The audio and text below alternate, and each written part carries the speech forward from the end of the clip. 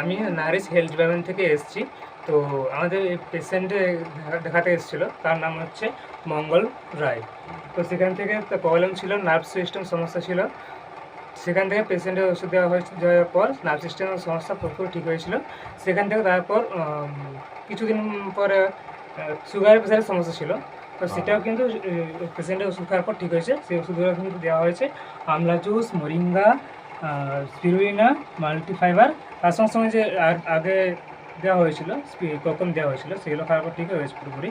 তো আমি পেশেন্টের কাছ থেকে খবরটা নিয়ে দেখে নেব যে কেমন কী আছে না আছে পুরোপুরি, এখন কী কী অবস্থা আছে।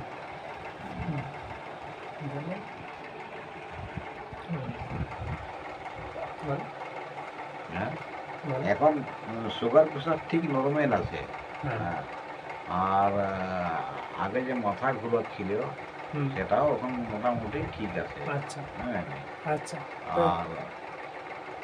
আর যদি পরে আরো আর বলো যে নার্ভাস সিস্টেমটা কেমন আছে এখন? হাতটা যে হাতগুলা মানে এমনি হয়ে যাচ্ছিল, জড়ো করা যায় নাই, সোজা মানে খাল আসার মতন হচ্ছিল, সেগুলো এখন মোটামুটি আর হয় নাই। আচ্ছা আচ্ছা। তো পেশেন্টের সঙ্গে কথাবার্তা বলে বুঝতে পারলাম যে যে প্রোডাক্টগুলো দেওয়া হয়েছিল সেগুলো খাওয়ার পর অবশ্যই সুস্থ আছে। ঠিক আছে, তাহলে আমরা বুঝতে এরকম প্রবলেম যদি আরও কেউ থেকে থাকে তো সেখান থেকে তারাও কিন্তু সুস্থ হতে পারে।